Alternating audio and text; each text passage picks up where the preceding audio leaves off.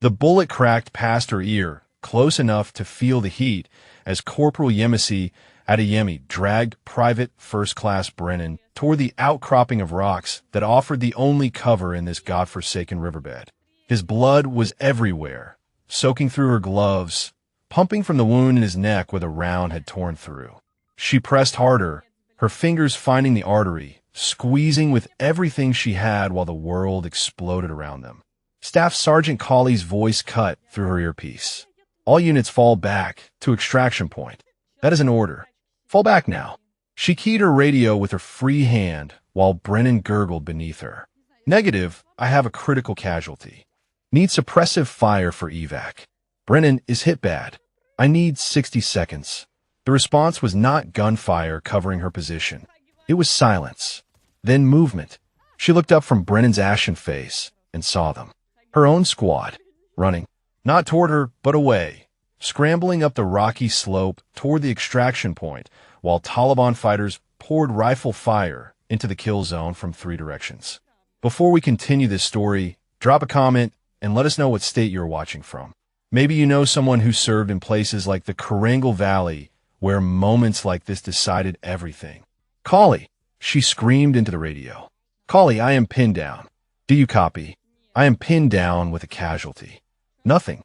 Just the crack of incoming rounds and the wet sound of Brennan trying to breathe through the blood filling his throat. She looked into his eyes and saw the moment the light left them. Felt his pulse stop beneath her fingers. 22 years old. From some small town in Nebraska he never stopped talking about. Gone. She had no time to grieve. A round sparked off the rock inches from her head, and she flattened herself against Brennan's body, using the slight depression in the riverbed as cover. Her mind processed what her heart refused to accept. They left her. Her own squad left her in the kill zone. 400 meters above the valley floor, on a ridge the maps did not name, a man with pale blue eyes lowered his binoculars. Declan Vance had spent 3 years telling himself that none of this was his concern anymore. Not his war, not his fight, not his problem. He was just a contractor now, running security for supply convoys, collecting a paycheck, and trying to forget everything he used to be. But he had watched it happen. Watched the squad pull back while that woman stayed with her wounded. Watched the staff sergeant wave his men toward extraction without even looking back. Watched her scream into a radio that nobody answered. He knew what was happening down there. He had seen it before in places that did not exist on official maps. Someone wanted that woman dead, and they had found the perfect way to make it happen. Let the Taliban do the work. Call it combat losses. Move on with clean hands. Vance checked his rifle. Suppressed 417 Hong Kong dollars with a Schmidt and Bender scope. 12 rounds in the magazine. Sidearm with 2 extra mags. Enough to make a difference if he moved fast and shot clean. Not your problem, he told himself. You are not a SEAL anymore. You are nothing anymore. Just a ghost collecting hazard pay in a country that chews up ghosts and spits out bones. Down in the kill zone, Yemisi heard them coming.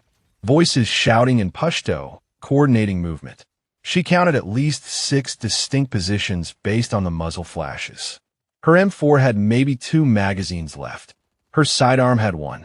She had a knife, a med kit full of supplies that would not save her from bullets, and approximately 10 minutes before they closed the noose. She thought about her brother Chitty, dead at 17 on an Oakland Street corner because he was in the wrong place when the wrong people decided to make a point. She had joined the Marines because she wanted to save lives instead of watching them bleed out on concrete.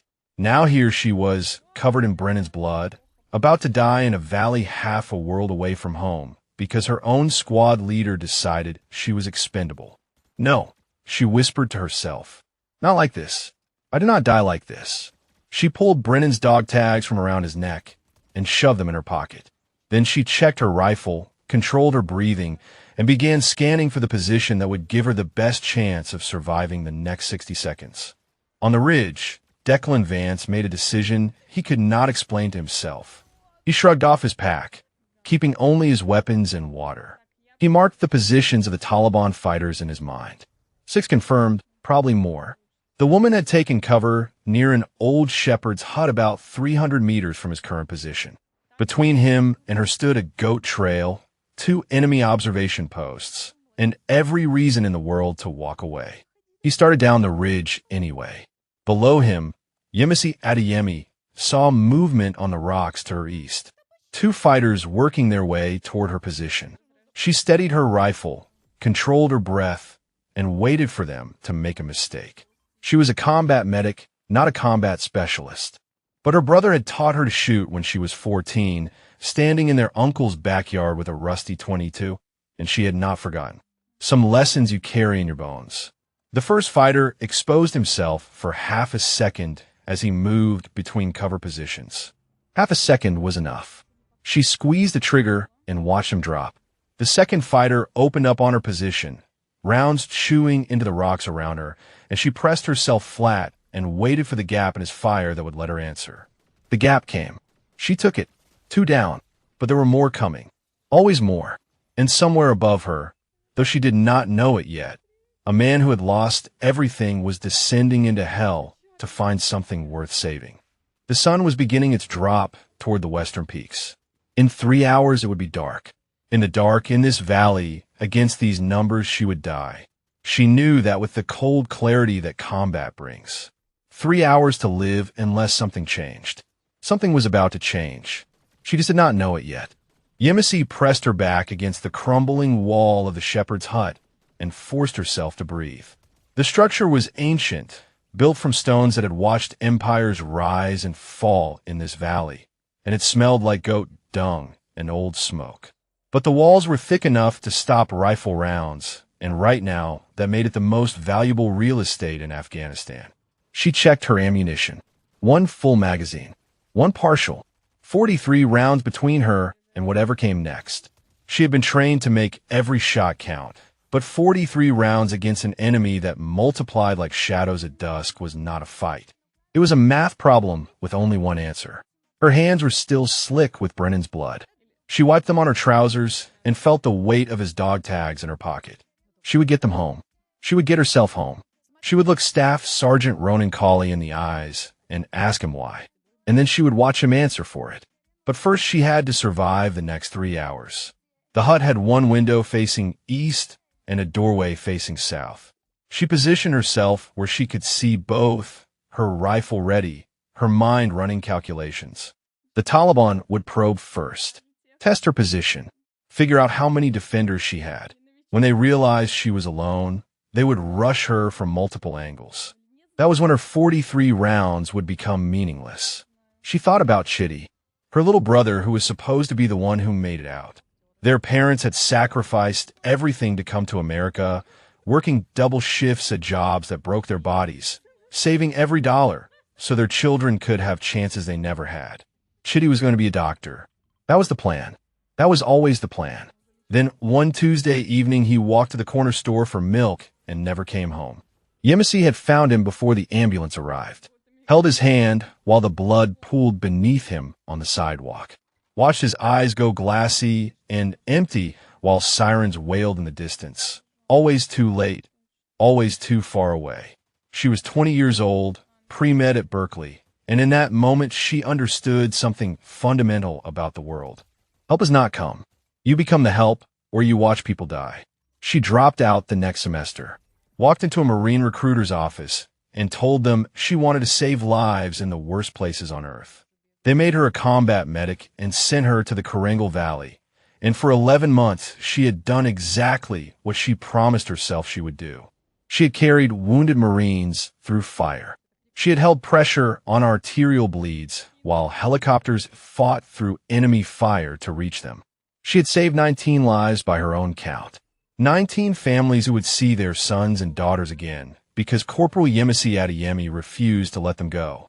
Now her own people had let her go, left her to die in a riverbed because of something she had seen 3 weeks ago, something she had not yet reported, something Staff Sergeant Cawley knew she could never forget. A sound from outside snapped her back to the present, movement on the rocks to the south. She raised her rifle and waited. 400 meters up the goat trail, Declan Vance moved like water over stone. 15 years of special operations training had taught him how to become invisible how to cross terrain without leaving traces, how to kill without sound. The Navy had taken those skills away from him on paper. Court-martial, dishonorable discharge. The official record said he had cracked under pressure, disobeyed a direct order, compromised a mission. The official record was a lie constructed by men with stars on their shoulders and blood on their hands. The truth was simpler. His commanding officer had ordered him to execute 4 unarmed Afghan detainees. Farmers, probably. Maybe not. It did not matter. They were bound, blindfolded, and kneeling in the dirt, and Lieutenant Commander Ashworth wanted them dead because dead men could not tell stories about what happened in a village that was never supposed to be raided. Vance had refused. Not quietly, not diplomatically. He had put himself between Ashworth and those men and told his commanding officer that if anyone was going to die that day, it would be the man giving unlawful orders. Ashworth backed down. The detainees were released. And 3 weeks later, Declan Vance found himself standing before a military tribunal, facing charges of insubordination, conduct unbecoming, and failure to obey a direct order. Ashworth had friends in high places. Vance had nothing but his conscience and his service record, and in the end, his conscience cost him everything. 6 of his teammates testified against him, not because they believed he was wrong, but because Ashworth made it clear that loyalty had a price and disloyalty had a higher one. Vance watched men he had bled with, men whose lives he had saved, look him in the eye and lie. And when the verdict came down, when they stripped his trident and marched him out of the courtroom, he had felt something inside himself go dark and cold. 3 years. 3 years of contract work in the same theater where he had once been a warrior. 3 years of watching other men do the job he was born to do while he hauled cargo and checked perimeters and pretended that none of it mattered anymore. But it didn't matter. It mattered right now, as he watched a lone Marine fight for her life against impossible odds because someone with rank and authority had decided she was inconvenient. He reached a rocky outcropping that overlooked the first Taliban observation post. 2 men, poorly concealed, watching the approaches to the shepherd's hut. They were focused on the valley floor, not the ridge above. Amateur mistake. The kind of mistake that got men killed. Vance settled into position, controlled his breathing, and put the crosshairs on the first target. He thought about the woman down there. Thought about the look on her face when she realized her squad had abandoned her. Thought about every time someone with power had decided that someone without power was expendable. He squeezed the trigger. The suppressed rifle coughed once, and the first Taliban fighter dropped without a sound. His partner turned, confused, reaching for his radio, and Vance sent a second round through his throat before his hand touched the transmitter. 2 down. More to go. In the shepherd's hut, Yemisi heard something that did not fit the pattern of the afternoon. A sound like a heavy book dropping. Then another. Then silence. She waited, rifle raised, pulse steady, wondering if the valley was playing tricks on her. She did not know it yet, but help was coming. Not the kind that arrived in helicopters with medics and extraction teams. Something older. Something more dangerous. The kind of help that came from a man who had lost everything except the one thing that mattered most. The will to do what was right, even when the world had punished him for it. Commander Farid Massoud received the radio transmission in the ruins of a Soviet-era outpost 4 kilometers north of the ambush site. His men had sprung the trap perfectly. 1 American dead, 1 squad scattered and running, and a lone survivor pinned down in the kill zone. A textbook operation, exactly as he had planned it. But something was wrong. 2 of his observation teams had gone silent. No response to radio checks. No gunfire to explain their absence. Just silence where there should have been voices. Massoud was not a man who believed in coincidence. 45 years of life in these mountains had taught him that silence was a language, and right now it was speaking clearly. Someone else was in the valley. Someone his men had not accounted for. He stood at the window of the crumbling outpost and looked south toward the kill zone. The American woman was still alive. His men had confirmed her position in the old shepherd's hut, the one that had belonged to Hamid and his son before the Americans came. before Staff Sergeant Colley and his squad kicked down the door and left 2 bodies in the courtyard. Massoud remembered Hamid, a quiet man who raised goats and wanted nothing to do with either side of this war. His son had been 14 years old. Neither of them had ever held a weapon. Neither of them had been a threat to anyone. But the Americans had received bad intelligence, or perhaps no intelligence at all, and they had come in the night with their rifles and their certainty and their absolute conviction that Afghan lives weighed less than American suspicions. Colley had shot them both. Massoud had heard the story from survivors in a nearby village. The American sergeant had claimed they were reaching for weapons. There were no weapons. There never had been. Now, that same sergeant had abandoned one of his own people in the valley where his crimes had been committed. Massoud found a grim poetry in that. The Americans were eating themselves, destroying their own from the inside. All he had to do was wait and let them finish the job. But the silent observation posts troubled him. He keyed his radio and issued new orders. Send Nazir. Tell him to find out what happened to our eyes in the eastern approach. And send more men to the shepherd's hut. I want that woman taken alive, if possible. Dead, if necessary. But I want her found before dark.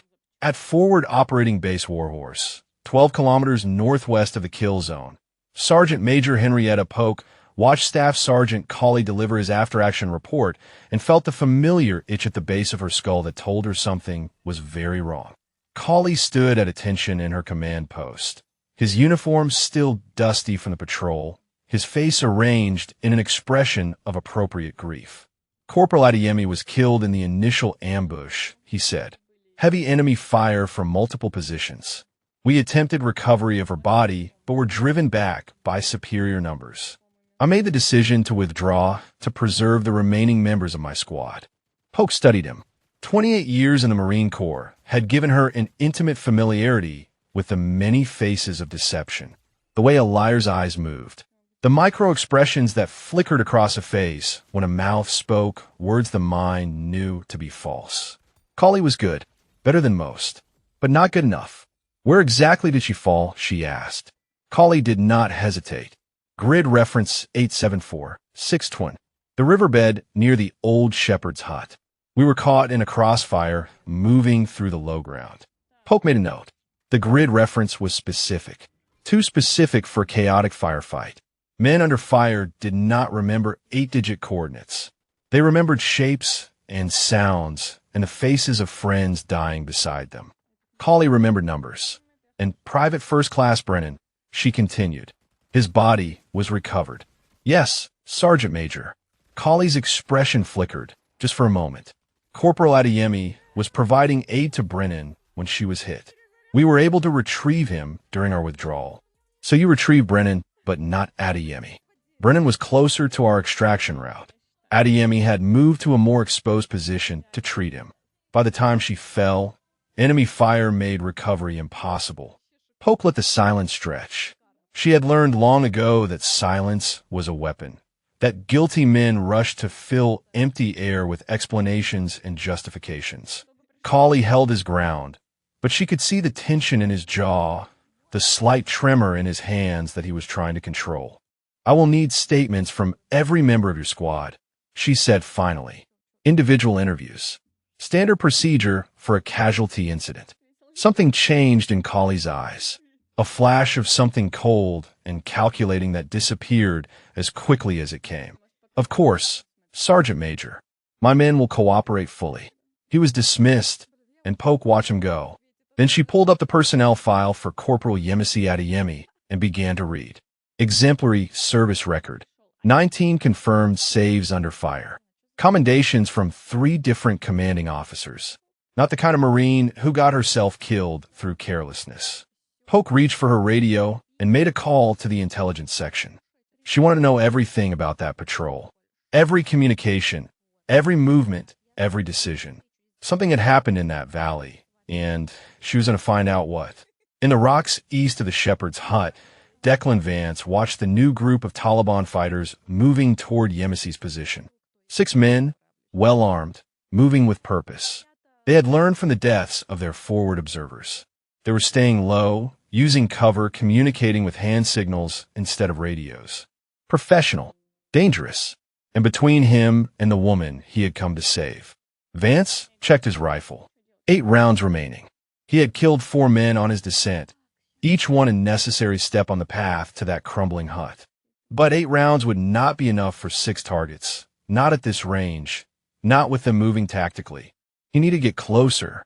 He needed to change the geometry of this fight. And he needed to do it before those 6 men reached Yemisi Adeyemi and finished what her own squad leader had started.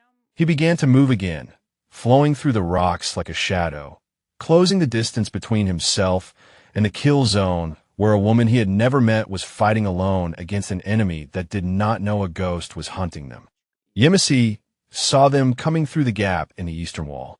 6 figures moving through the rocks with the discipline of men who had spent their lives fighting in these mountains. They were not rushing. They were patient, methodical, tightening the noose one careful step at a time. She adjusted her position and steadied her rifle. The first man to show himself clearly would learn that patience worked both ways. The afternoon sun had shifted, throwing long shadows across the riverbed. In another 2 hours, it would begin its descent behind the western peaks, and then the darkness would come. She had heard stories about what happened to American soldiers captured in the Karengal after nightfall. Stories that made death in combat seem like mercy. She would not be captured. She had made that decision the moment she understood what Kali had done. If it came to it, she would save the last round for herself. But she was not ready to make that choice yet. Not while she could still fight. The lead Taliban fighter made his mistake. He rose from cover to signal his team forward, exposing his head and shoulders for just a moment. Yemisi exhaled and squeezed the trigger. The man dropped and did not move. Immediately, the others opened fire on her position. Rounds slammed into the stone walls, spraying chips and dust, filling the air with the acrid smell of cordite. She pressed herself flat and waited for the barrage to slow. When it did, she rolled to the window on the opposite side of the hut and caught another fighter trying to flank her position. One shot, center mass. He went down screaming, and his screams told her he was not dead, just wounded. The others would have to choose between pressing the attack and helping their friend. They chose their friend.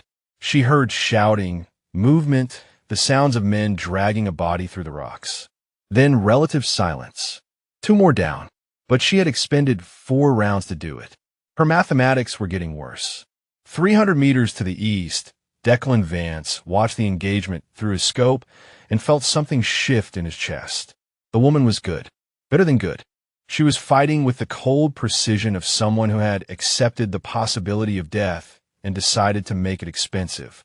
He had known operators like that. Men who went into impossible situations and came out the other side through sheer force of will. They were rare, and they were valuable, and they did not deserve to die alone in forgotten valleys because some coward with rank decided they were inconvenient. Vance moved faster now. The firefight had drawn attention away from the eastern approach, giving him a window to close the distance. He covered 100 meters in 90 seconds, flowing over terrain that would have broken lesser men, his body remembering rhythms that 3 years of exile had not erased. He was 200 meters from the hut when he encountered the first of the flanking team. The fighter emerged from behind a boulder without warning, close enough that Vance could see the surprise in his eyes. There was no time for rifles. Vance dropped his weapon on its sling and closed the distance before the man could raise his AK. His knife was in his hand without conscious thought, and then it was in the fighter's throat, and then the man was on the ground, making sounds that would stop in a few seconds. Vance retrieved his rifle and kept moving. Behind him, another ghost joined the tally of the dead. At FOB Warhorse, Lance Corporal Tomas Delgado sat on his rack and stared at the wall and tried to make sense of what he had done. He had run. When Kali gave the order to fall back, Delgado had run like all the others. He had heard Adeyemi screaming on the radio, heard her begging for support, and he had kept running because that was what Marines did when their squad leader gave an order. They followed. They trusted. They believed that the man in charge knew something they did not. But Kali had known nothing except his own fear. Delgado understood that now. He had seen the look in the staff sergeant's eyes when Adeyemi stayed with Brennan. Not concern, not tactical calculation. Relief. The kind of relief a man feels when a problem solves itself. Delgado thought about his mother in El Paso. She had raised 4 children alone after his father died, working 2 jobs, never complaining, teaching her kids that honor was the only thing worth keeping. She would be ashamed of him now, ashamed of her son, the coward who left a fellow Marine to die. The door to the barracks opened, and Cawley stepped inside. He closed the door behind him and looked at Delgado with eyes that held no warmth. "Sergeant Major Polk is going to interview the squad individually," Cawley said. "She's asking questions about the ambush. About Adeyemi." Delgado said nothing. Cawley moved closer. His voice dropped to something between a whisper and a threat. "You were there, Delgado. You saw what happened. Adeyemi was hit in the initial contact. We could not recover her body. That is the truth, and that is what you're going to tell the sergeant major." Still, Delgado did not speak. But something in his expression must have given him away, because Cawley's face hardened. "I know about your mother," Cawley said. "I know about your sisters. San Antonio, right? Nice neighborhood. It would be a shame if something happened to them while you were deployed on the other side of the world. A real tragedy." Delgado felt the words hit him like physical blows. He wanted to stand up. He wanted to grab Cawley by the throat and slam him against the wall and make him answer for every lie he had told. But the images were already forming in his mind. His mother's face, his little sisters, the knowledge that men like Cawley had connections that stretched far beyond this base, this valley, this war. "Do we understand each other?" Cawley asked. Delgado's voice came out hollow and broken. "Yes, Staff Sergeant." "Good." Cawley straightened his uniform and moved toward the door. "Remember, Delgado, we are all brothers here. We all have each other's backs. That is what makes us Marines." He left, and Delgado sat in the silence and felt something inside himself begin to crack. He thought about Adeyemi out there in that valley, alone, fighting for her life while he sat here and did nothing. He thought about the kind of man he wanted to be and the kind of man he was becoming, and he wondered if there was still time to choose. Yemisi's hands were shaking, not from fear, though fear was there, coiled in her gut like a living thing. The shaking came from exhaustion, from dehydration, from the slow drain of adrenaline that had been flooding her system for hours. Her body was beginning to fail her, and she could not afford to let it.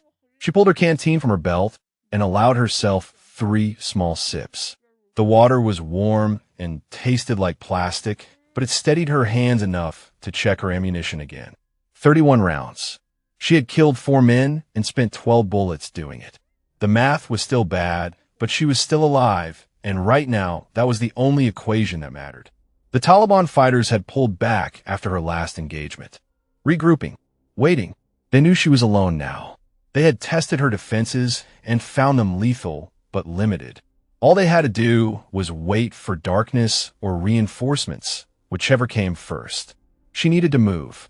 Staying in the hut was a death sentence, a fixed position that would eventually be overwhelmed. But moving meant crossing open ground, exposing herself to fighters who knew this terrain far better than she did. Every option was bad. She just had to find the least bad one. That was when she noticed the radio. It sat in the corner of the hut, half buried under a pile of old blankets and debris. Soviet-era equipment, bulky and outdated, the kind of thing that should have stopped working decades ago. But the Afghans were masters of keeping old technology alive, and when Yemisi brushed away the dust, she saw that the power light was glowing a faint amber. She pulled the radio free and examined it. The casing was cracked, the antenna bent at an odd angle, but the internals seemed intact. She turned the dial slowly, searching for frequencies, and was rewarded with static and fragments of distant voices. Most of it was Pashto, Taliban communications she could not understand. But then she caught something else.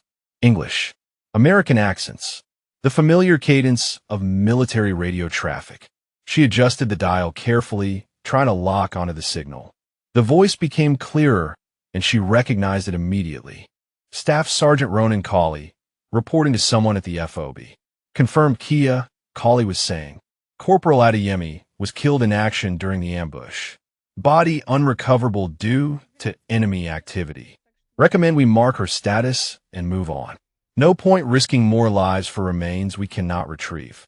Yemisi felt the words hit her like rounds to the chest. She had suspected. From a moment the squad left her behind, she had known that something was wrong beyond simple cowardice. But hearing it confirmed, hearing Kali pronounce her dead with such casual certainty, transformed suspicion into something harder. Something that burned. He had not just abandoned her. He had erased her, declared her dead so that no one would come looking. So that when the Taliban finally overran her position, there would be no rescue mission, no investigation, no questions about why a Marine was left alone in a kill zone. She would simply be another casualty of war, another name on a wall, another family destroyed by a conflict that had already taken too much. The transmission continued.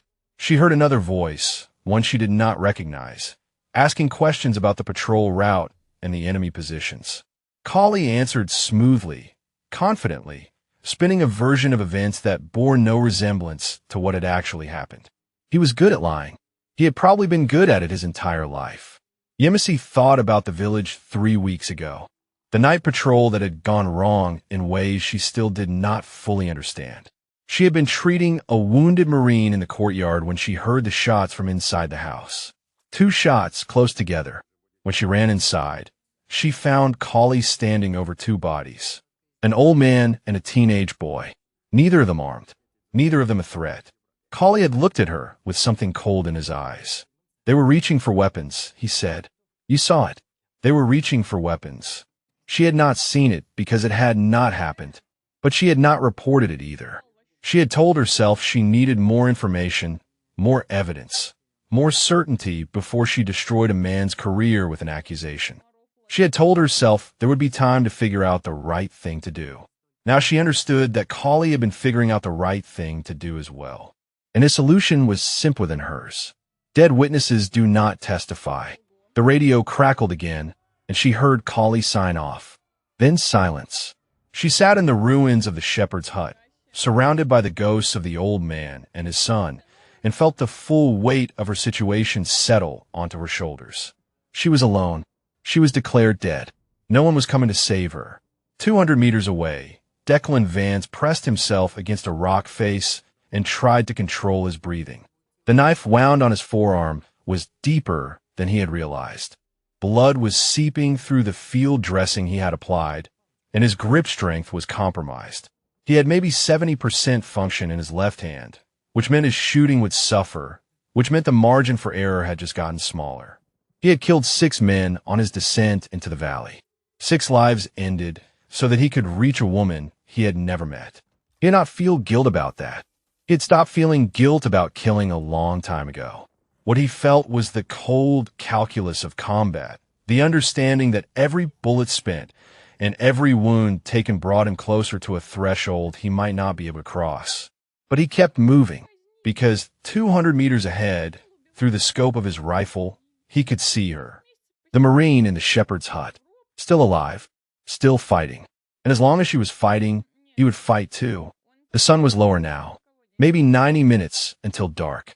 90 minutes to reach her, to get her out, to find a way through the Taliban cordon that was tightening around them both. 90 minutes to prove that he was still the man he used to be. He checked his rifle. 5 rounds remaining. Then the pistol. Then the knife. Then his hands. It would have to be enough. The first shot came from nowhere. One moment Yemisi was scanning the rocks to the south. The next, a Taliban fighter 50 meters to her east was falling backward with a hole in his chest. She had not pulled the trigger. She had not even seen the man until he was already dead. Another shot. Another body dropping. This one closer, a fighter who had been working his way toward her blind side. He crumpled without a sound, and Yemisi felt the hair rise on the back of her neck. Someone was out there. Someone with a rifle and the skills to use it. Someone who was killing the men, trying to kill her. She pressed herself against the wall of the hut and tried to process what was happening. Friendly forces did not operate alone in the Korengal. Air support would have announced itself. A quick reaction force would have come with helicopters and overwhelming firepower. This was something else, something she could not explain. A third shot echoed across the valley, and a third fighter died. The remaining Taliban broke discipline, scrambling for cover, shouting to each other in panicked Pashto. They had come to kill a lone woman, and now they were being hunted by a ghost they could not see. Yemisi made a decision. Whoever was out there had just given her an opening, and she was not going to waste it. She grabbed her rifle and moved to the doorway of the hut, scanning for threats. The path to the east was clear for the first time in hours. If she moved now, fast and low, she might be able to reach better ground before the Taliban regrouped. She ran. The rocks tore at her knees as she scrambled up the slope, but she did not slow down. Behind her, she could hear shouting, the crack of rifle fire, the sounds of men dying. Whoever her mysterious ally was, they were keeping the enemy occupied. She covered 50 meters, then 100, her lungs burning, her legs screaming, her mind focused on nothing but the next handhold and the next step. She was almost to the ridgeline when a figure emerged from the rocks ahead of her. Her rifle came up automatically, finger finding the trigger, every instinct screaming at her to shoot. But something stopped her. The figure was not dressed like Taliban. The weapon he carried was not an AK, and his eyes, pale blue and steady, held no threat. He spoke first. His voice was calm, almost gentle, completely at odds with the violence that surrounded them. "Corporal Adeyemi, my name is Declan Vance. I'm here to help you." Yemisi kept her rifle raised. "How do you know my name? I watched your squad leave you behind. I saw what happened, and I've been working my way down to you ever since." She studied him, the blood on his sleeve, the suppressed rifle in his hands, the way he held himself, balanced and ready, like a man who had spent his life in places where hesitation meant death. He was not military, not anymore. The beard and the civilian clothes told her that much. But everything else about him screamed operator. "Who are you?" she demanded. "Former Navy SEAL. Team 4. Discharged 3 years ago. I work private security now. I was running convoy protection when I saw the ambush." Discharged for what? Something flickered in his eyes.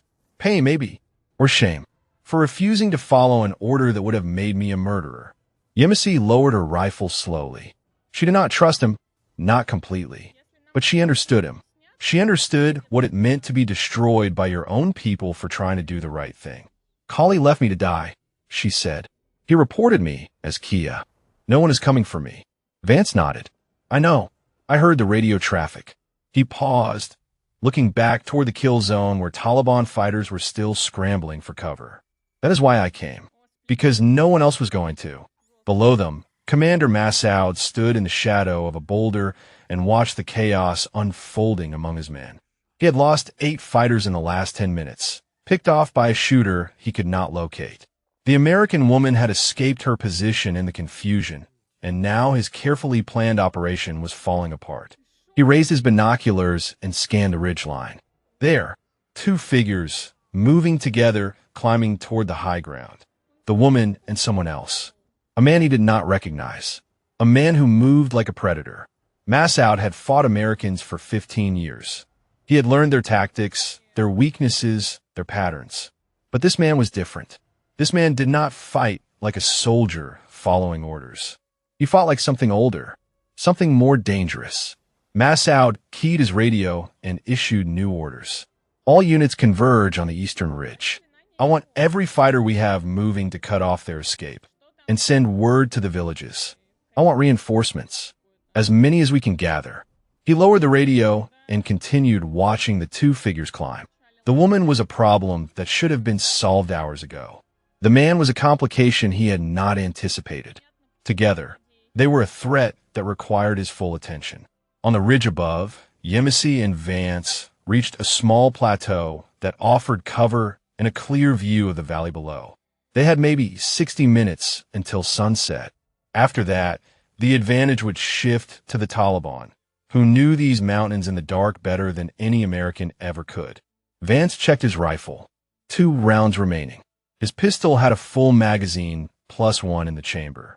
14 shots total. Not enough for what was coming. He looked at Yemisi. "How many rounds do you have?" She checked her own weapon. 27. He nodded slowly. "We need to find a defensible position, somewhere we can hold until morning. If we survive the night, I have a contact who can arrange extraction. And if we do not survive the night, Vance met her eyes, then we make them pay for every inch of ground. Yemisi felt something shift inside her. For hours she had been fighting alone, convinced that she would die alone, another forgotten casualty in a forgotten war. But now there was someone beside her, someone who had risked everything to reach her, someone who understood what it meant to be betrayed by the people who were supposed to protect you. She did not know if they would survive the night, but she knew they would face it together. And right now, that was enough. They found the cave as the sun touched the western peaks. It was not much, just a shallow depression in the rock face hidden behind a tumble of boulders, but it offered cover from 3 directions and a clear field of fire to the east. In terrain like this, that was as close to a fortress as they were going to get. Vance moved inside first, checking corners with the instincts of a man who had cleared 1,000 rooms in a dozen countries. When he was satisfied, he signaled Yemisi forward. She slipped through the gap in the boulders and felt the temperature drop as the rock walls closed around her. Cool air, darkness, safety, or at least the illusion of it. They had perhaps 40 minutes of usable light remaining. Vance used the time to check their supplies. His assessment was grim. 2 rifle rounds, 14 pistol rounds, 27 rounds in her M4. Her med kit, mostly depleted from treating Brennan. His knife, her knife, 2 canteens of water between them. Not enough, Yemisi said. Vance shook his head. Not nearly enough. But we work with what we have.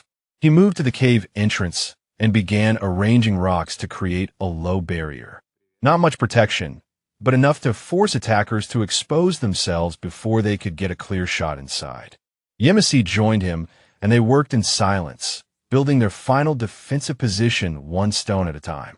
When the barrier was finished, they sat with their backs against the cave wall and watched the light fade over the valley. Somewhere below, Taliban fighters were moving through the shadows, searching for the 2 Americans who had killed so many of their brothers. It was only a matter of time before they found the cave. The only question was whether Vance and Yemisi would be ready when they did. "Why did you come?" Yemisi asked. The question had been burning in her since they met on the ridge. "You do not know me. You had no reason to risk your life." Vance was quiet for a long moment. When he spoke, his voice was softer than she expected. "Because 3 years ago, I needed someone to come for me, and no one did." She waited. He continued. "When they court-martialed me, I kept waiting for one of my teammates to stand up, to tell the truth about what happened. We had been through hell together. I had saved their lives, and they had saved mine. I thought that meant something." He paused, and she could see the old wound in his eyes. "They all testified against me. Every single one. Because the man who gave the order had stars on his collar and friends in Washington, and I had nothing but my conscience." Yemisi thought about Kali, about the way her squad had followed his order without question, about how easy it was to abandon someone when authority told you it was acceptable. "I should have reported him," she said. "After the village. I saw what he did to that old man and his son. I knew it was murder, but I hesitated. I told myself I needed more evidence, more time, and now here I am." Vance turned to look at her. "You hesitated because you wanted to be sure, because you understood that accusing a man of murder is not something you do lightly. That does not make you a coward.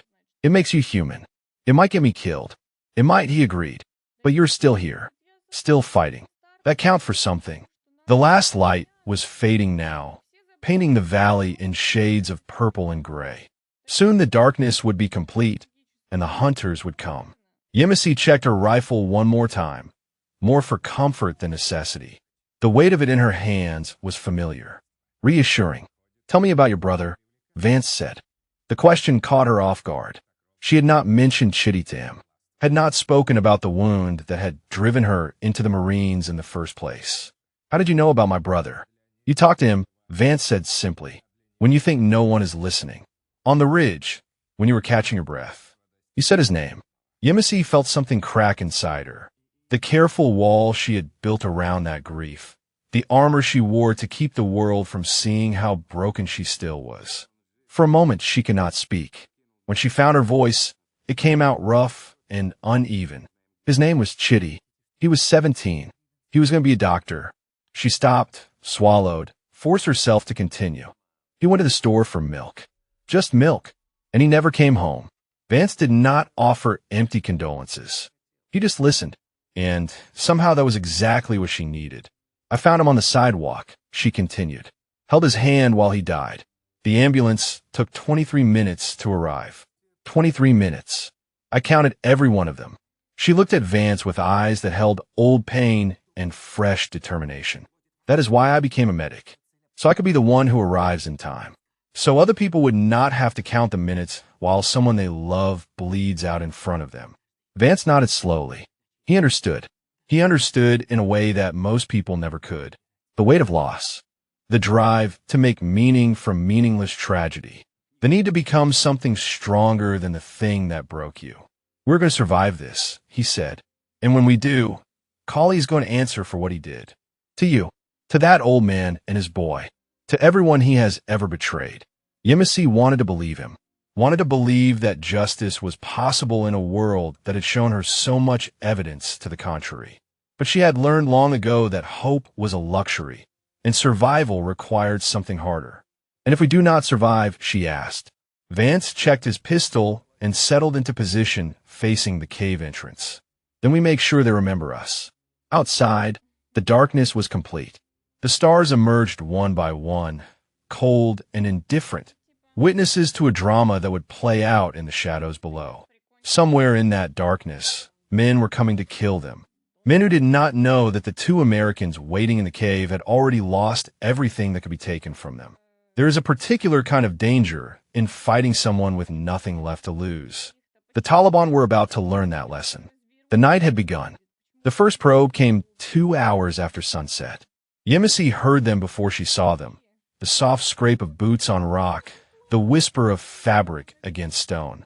She counted 3 distinct sounds, 3 separate positions, 3 men working their way up the slope toward the cave. She tapped Vance's arm twice. Their prearranged signal. He shifted into position beside her, pistol raised, eyes scanning the darkness. They had agreed to hold fire until absolutely necessary. Every round was precious.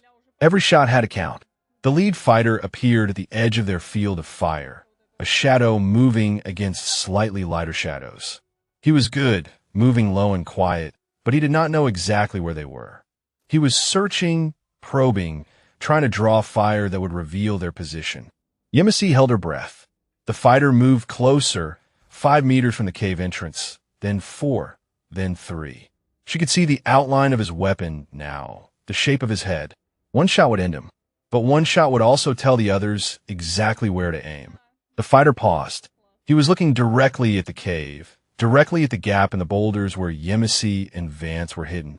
For a terrible moment, she was certain he had seen them, certain he was about to raise his rifle and send rounds tearing through their fragile shelter. Then a voice called out from below. Pashto words she did not understand. The fighter turned and retreated down the slope, melting back into the darkness as silently as he had come. They know we are here, Vance whispered. They are just not sure exactly where. That probe was meant to flush us out. Yemisi released her breath slowly. What happens when they get tired of probing? They come in force, probably just before dawn. They will want enough light to see, but they will not want to give us a full day to prepare. So we have until dawn. Vance nodded in the darkness. We have until dawn. At FOB Warhorse, Sergeant Major Henrietta Polk sat in her office and stared at the inconsistencies spread across her desk. Patrol reports, radio logs, personnel files, the pieces of a puzzle that did not fit together, no matter how she arranged them. Colley's story was clean. Too clean. Every detail accounted for, every timeline precise, every witness statement perfectly aligned. In 28 years of service, Polk had learned that real combat was messy. Real memories were fragmented and contradictory. When a story was this neat, it meant someone had taken the time to construct it. She pulled up the radio logs from the ambush. Colley's transmissions were recorded, time-stamped, official. Fall back to extraction point. Kopodan ademikia. Body unrecoverable. Standard language, standard procedure. But there was another transmission, one that had been logged by a relay station 12 kilometers south. A woman's voice, desperate and clear. Negative, I have a critical casualty. Need suppressive fire for evac. The timestamp showed that transmission came 47 seconds after Kali ordered the retreat. 47 seconds during which Adeyemi was still alive, still calling for help, still fighting. Polk felt something cold settle in her chest. She had seen corruption before, seen men abuse their authority, betray their oaths, sacrifice others to protect themselves. But this was different. This was murder dressed in a uniform of the United States Marine Corps. She reached for her radio and called the duty officer. "Wake up Lance Corporal Delgado. Tell him I want to see him in my office." Now, in the barracks, Delgado heard the knock on his door and felt his stomach drop. He had been lying awake for hours, staring at the ceiling, replaying the moment when Kali's squad had left Adeyemi behind. He could still hear her voice on the radio, could still feel the weight of his rifle as he ran in the wrong direction. He opened the door to find a corporal with a flashlight and hard eyes. "Sergeant Major wants you." Now, Delgado followed him through the darkened base, past sleeping quarters and silent vehicles, to the command building where Polk's light was the only one burning. He felt like a man walking to his own execution. In a way, he supposed he was. Polk was waiting for him. She did not offer him a seat. She did not waste time with pleasantries. She simply looked at him with eyes that had seen every lie a man could tell and said 4 words. "Tell me what happened." Delgado opened his mouth to recite the story Kali had drilled into him. The story that protected everyone, that kept his family safe, that let him sleep at night.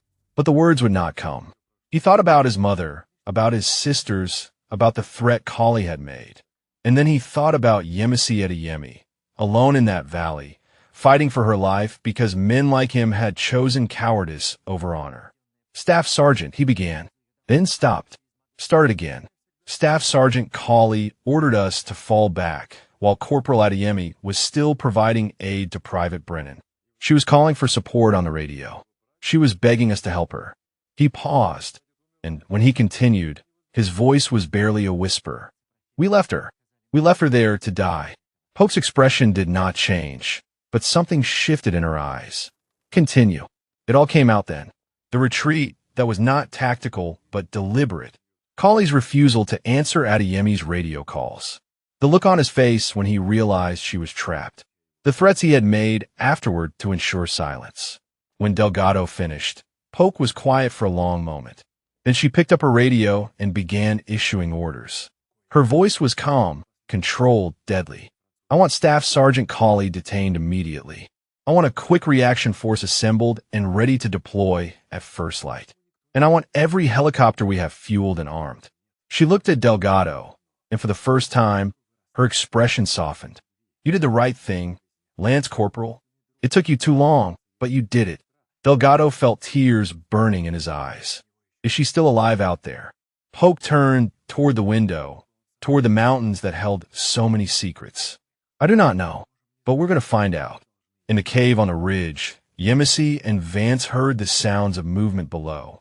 More voices now, more fighters gathering in the darkness. The Taliban were massing for the assault that would come with the dawn. Vance checked his weapons one final time. "Whatever happens," he said quietly, "it has been an honor." Yemisi looked at him. This man who had given up everything to save a stranger. This ghost who had found something worth haunting.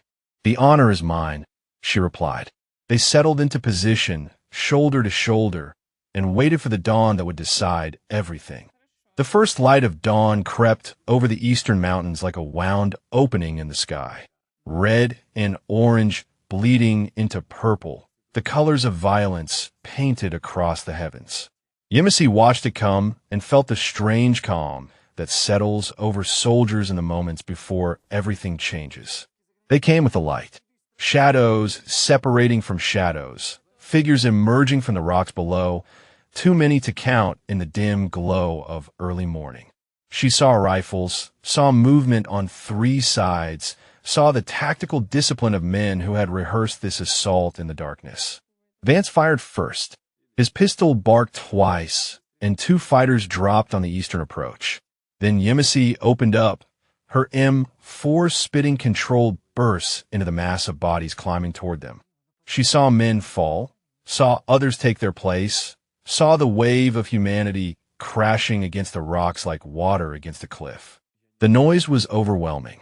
Gunfire echoing off stone, shouts in Pashto, the crack of rounds striking the boulders around them. A bullet whined past her ear, close enough to feel the heat. Another struck the rock beside her head and sprayed her face with fragments. She did not flinch. She did not stop firing. Vance was a machine beside her. Every shot precise, every movement economical.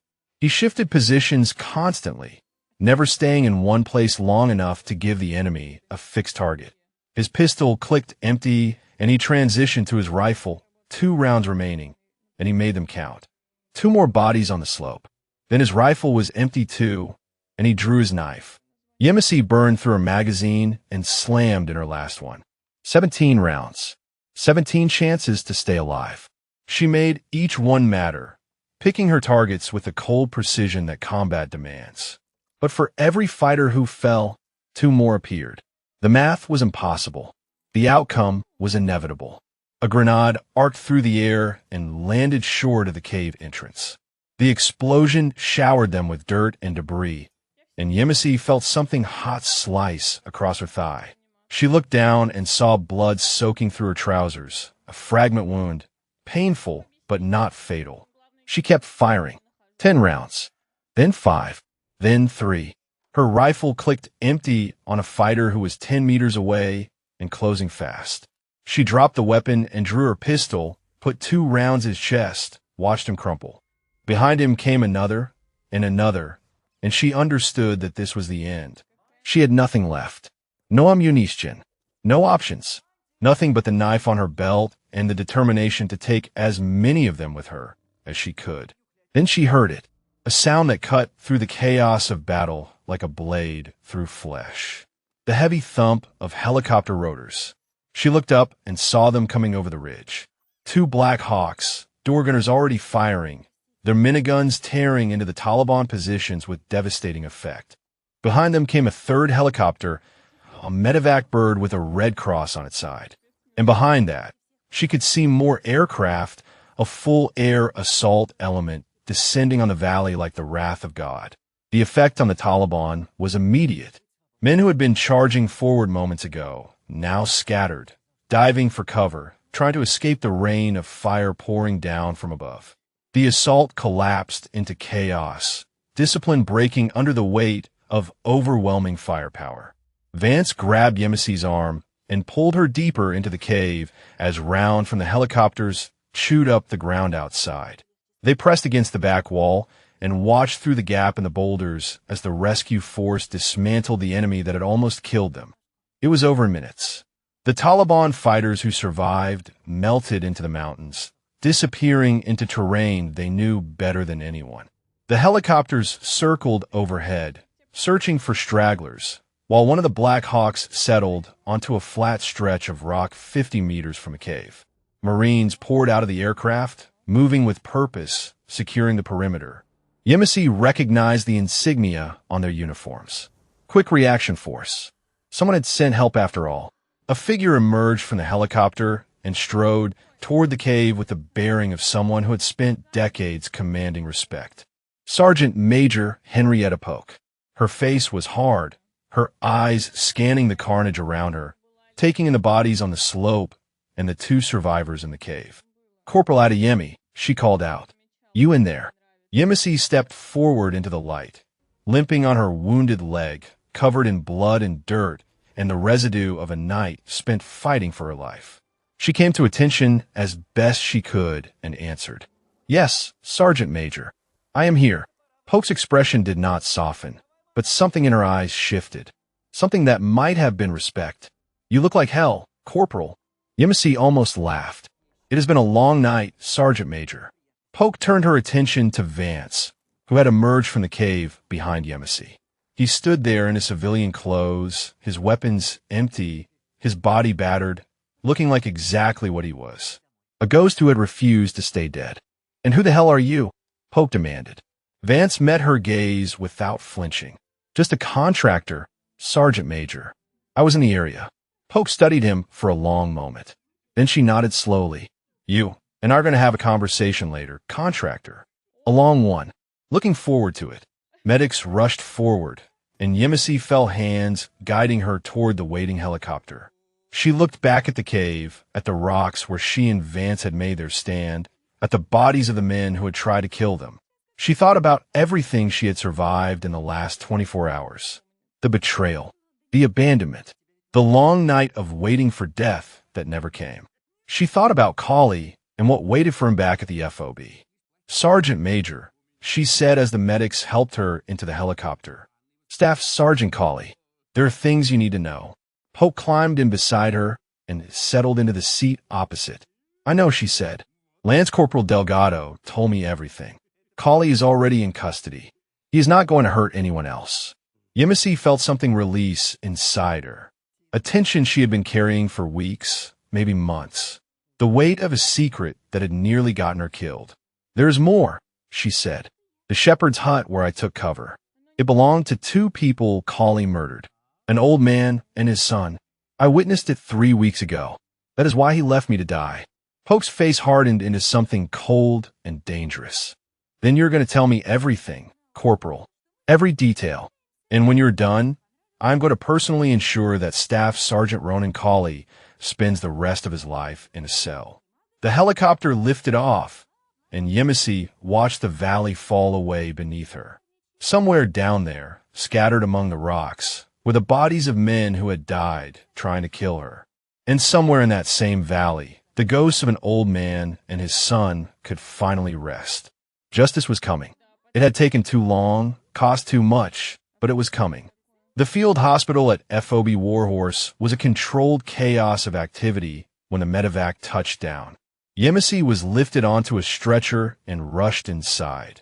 Medics cutting away her blood-soaked trousers to examine the fragment wound in her thigh. The pain hit her then, the adrenaline finally fading, and she gritted her teeth against the urge to scream. Vance walked in under his own power, though barely. His wounded arm had opened up again during the fight, and his face was gray with blood loss. A medic tried to guide him to a bed, but he shook off the help and positioned himself where he could see Yemisi. He did not speak. He did not need to. His presence said everything. The wound was clean, a medic told Yemisi as he worked.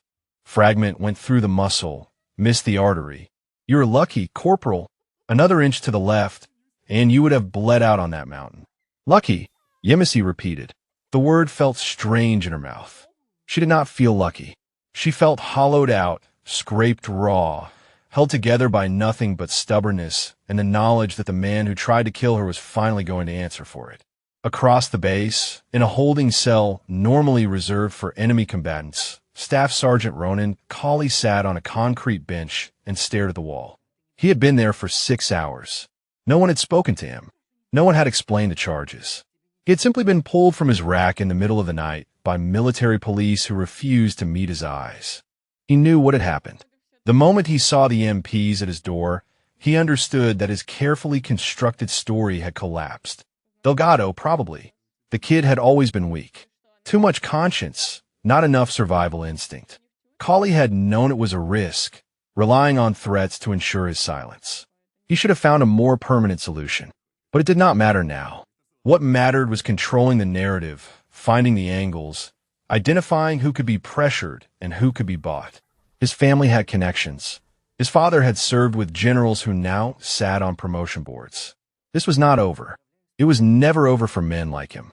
The cell door opened, and Sergeant Major Polk stepped inside. She did not sit. She did not offer him the courtesy of pretending this was a conversation between equals. She simply stood there, looking down at him with eyes that held nothing but contempt. Staff Sergeant Colley, she said, you are being charged with dereliction of duty, making false official statements, and conspiracy to commit murder. Additional charges are pending based on the testimony of Corporal Yemisi Adeyemi regarding the deaths of 2 Afghan civilians. Colley kept his face neutral. I want to speak to a lawyer. You will get one. But first, I want you to understand something. Polk leaned closer, her voice dropping to something barely above a whisper. I have been a Marine for 28 years. I have seen men do terrible things in the name of survival, in the name of fear, in the name of protecting their brothers. I have seen good men break and bad men flourish. But I have never seen anything quite like you. She straightened up. You left one of your own Marines to die.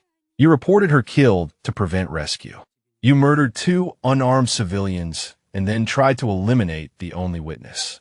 And you did all of it while wearing the same uniform that good men and women have died to honor. Colley said nothing. His jaw was tight, his eyes fixed on a point somewhere past Polk's shoulder. Your father's connections will not save you, Polk continued. Your family name will not protect you. By the time this is over, everyone will know exactly what kind of man you are, and you will spend the rest of your life in a cell, thinking about the people you destroyed.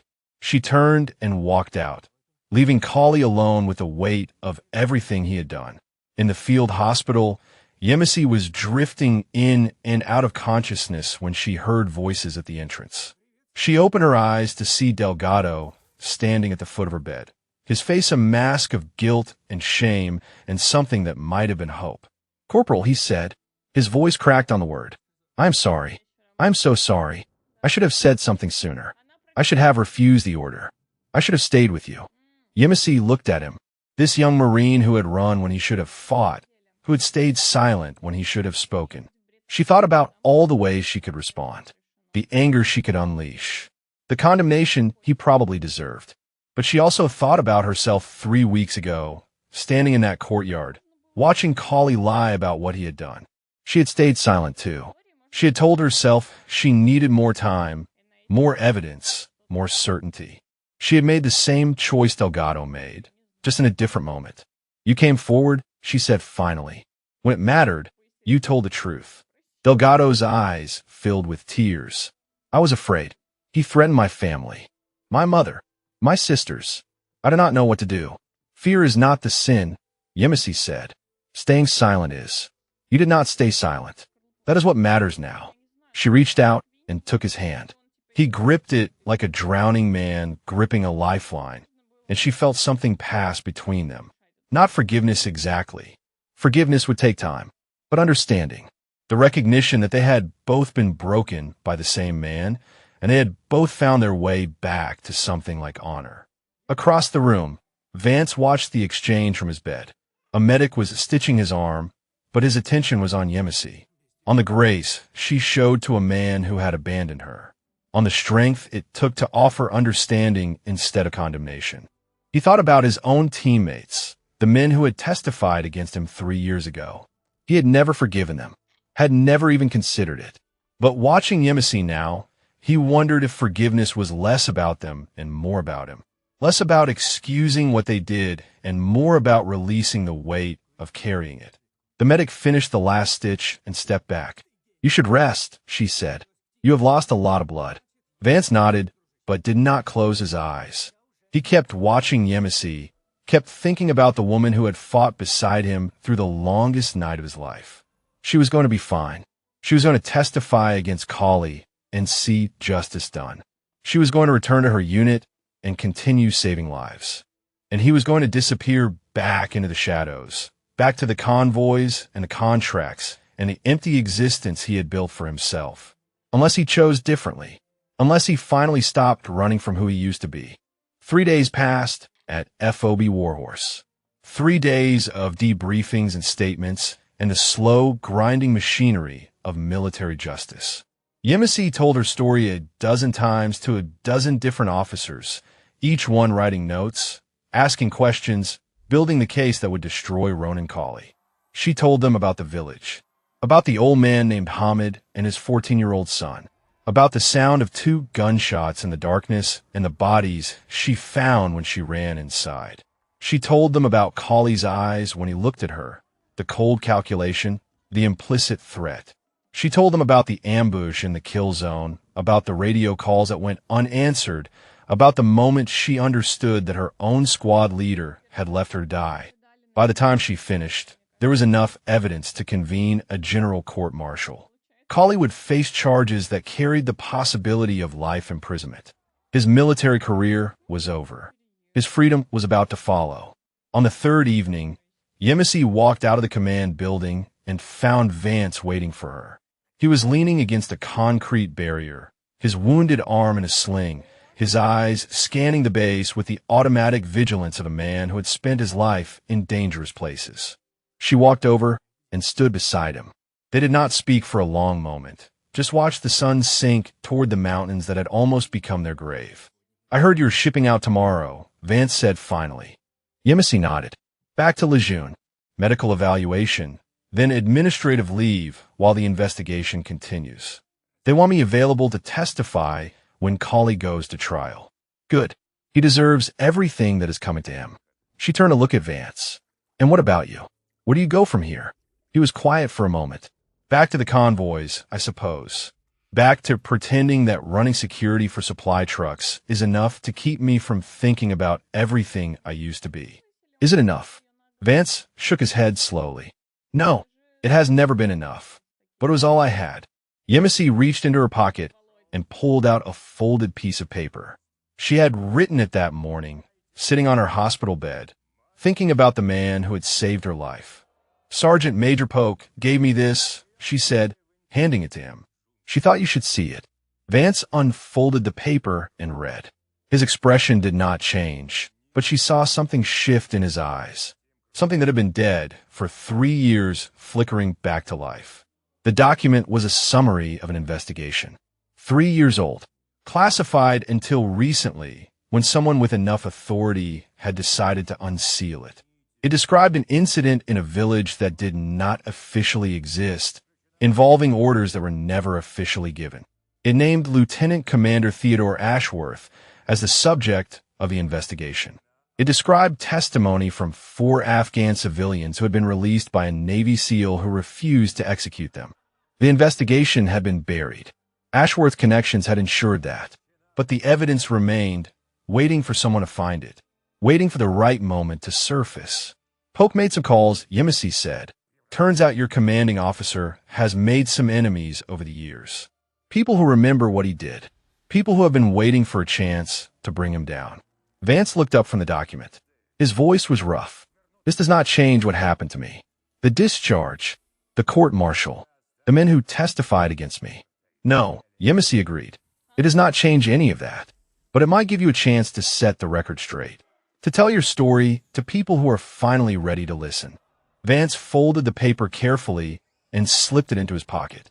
He stared at the mountains for a long time, and Yemisi could see the battle playing out behind his eyes.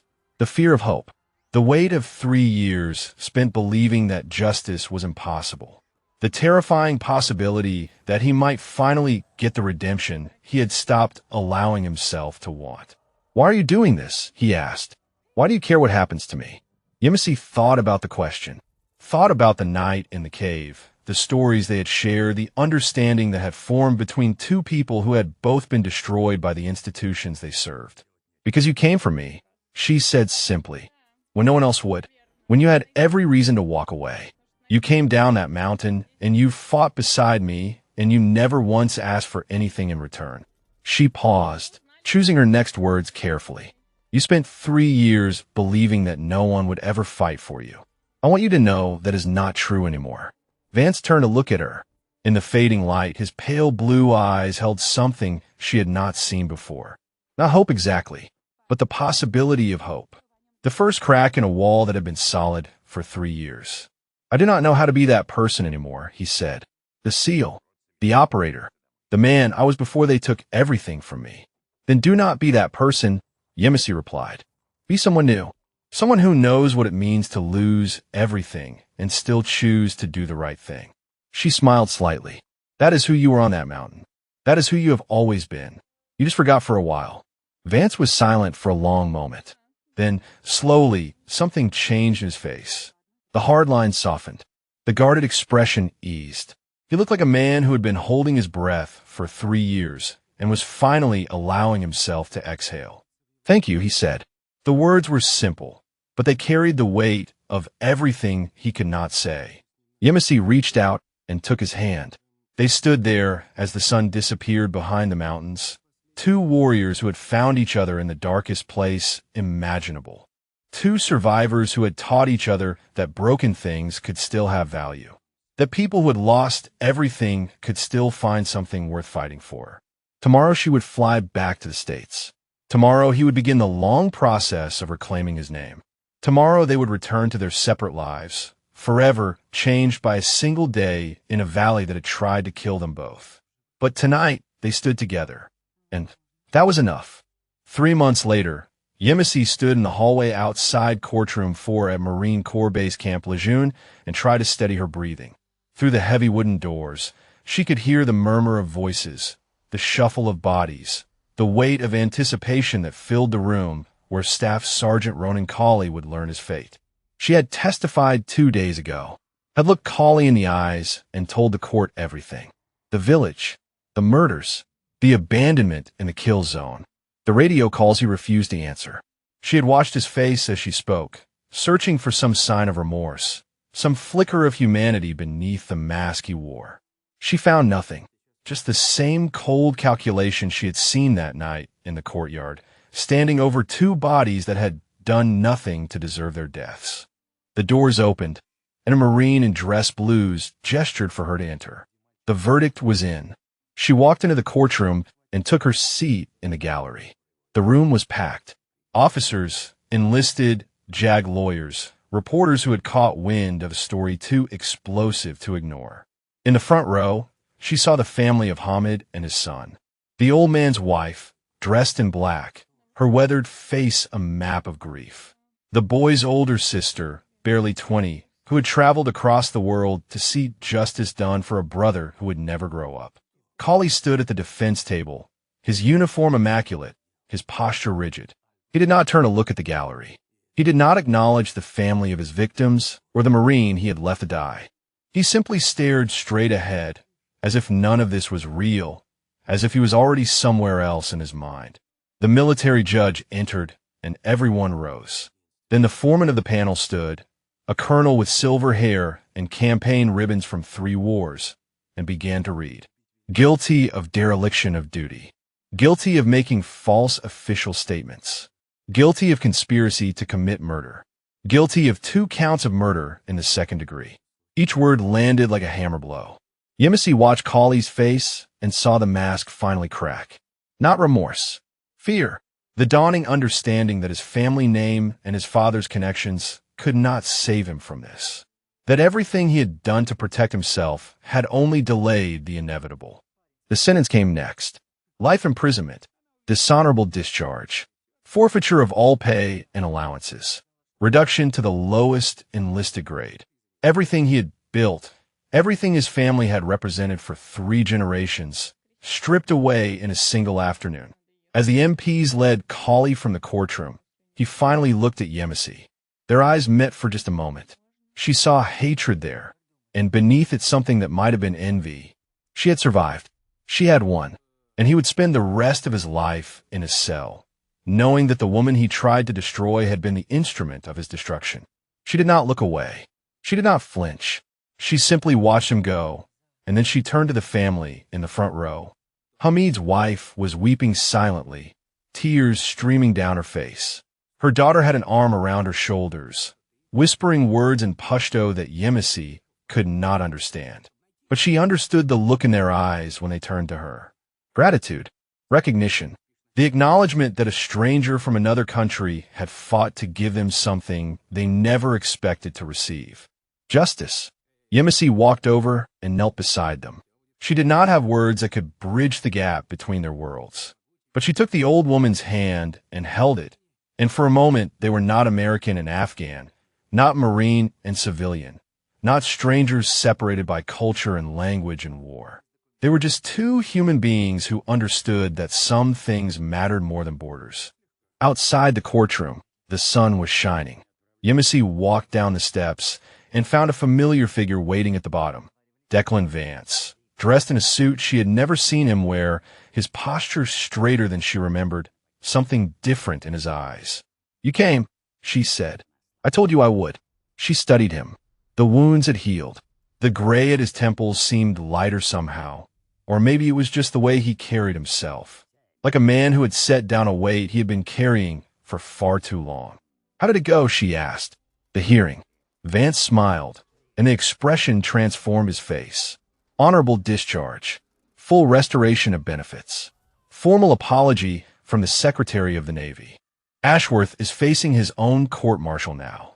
Turns out those 4 Afghan farmers he wanted me to kill kept very detailed records of who saved their lives. Yemisi felt tears prick at her eyes. She blinked them back, but not before Vance saw. "None of this happens without you," he said. "You know that, right? Polk never would have dug into my case if you had not told her about me. If you had not fought for me the way I fought for you." Yemisi shook her head. "You fought for yourself, Declan. You just needed someone to remind you that you were worth fighting for." They stood there in the sunlight, 2 people who had found each other in the worst place imaginable and emerged stronger for it. Behind them, the courtroom was emptying, the machinery of justice grinding forward to its next case. But for this moment, the world was quiet. "What now?" Vance asked. Yemisi thought about the question. She had been offered a promotion, a transfer to a training command where she could teach the next generation of combat medics, a chance to turn everything she had learned, everything she had survived, into something that could save lives for years to come. "I'm going to keep serving," she said. "Keep saving lives. Keeping the person my brother believed I could be." "And, Chitty, do you still write to him?" Yemisi smiled. "Every week, but I do not burn the letters anymore. I keep them. Someday, when I have children of my own, I want them to know who he was, who we both were." Vance nodded slowly. He understood. He had his own ghosts to honor, his own letters to write to men who had never read them. "If you ever need someone to fight beside you again," he said, "you know where to find me." She reached out and pulled him into an embrace. He stiffened for just a moment, surprised, and then his arms came around her and held on tight. "Thank you," she whispered, "for coming down that mountain, for being the person who showed up when no one else would." "Thank you," he replied, "for reminding me who I was supposed to be." They separated, and Yemisi turned to walk toward the parking lot where her mother was waiting. She had flown in from Oakland for the verdict, had sat in the gallery and watched her daughter face down the man who tried to kill her. Now they would drive home together, and Yemisi would begin the next chapter of her life. She looked back once and saw Vance still standing there, watching her go. She raised her hand in a wave, and he returned it. If you connected with this story, drop a comment about what resonated most with you. Maybe you know someone who showed up when no one else would, or someone who found their way back to honor when it mattered most. 2 warriors, 2 survivors, 2 people who had learned the hardest lesson war could teach. That sometimes the greatest battle is not against the enemy in front of you. It is against the darkness inside, the people who are supposed to stand beside you. And sometimes, if you're very lucky, you find someone willing to walk through that darkness with you. Someone who refuses to leave you behind.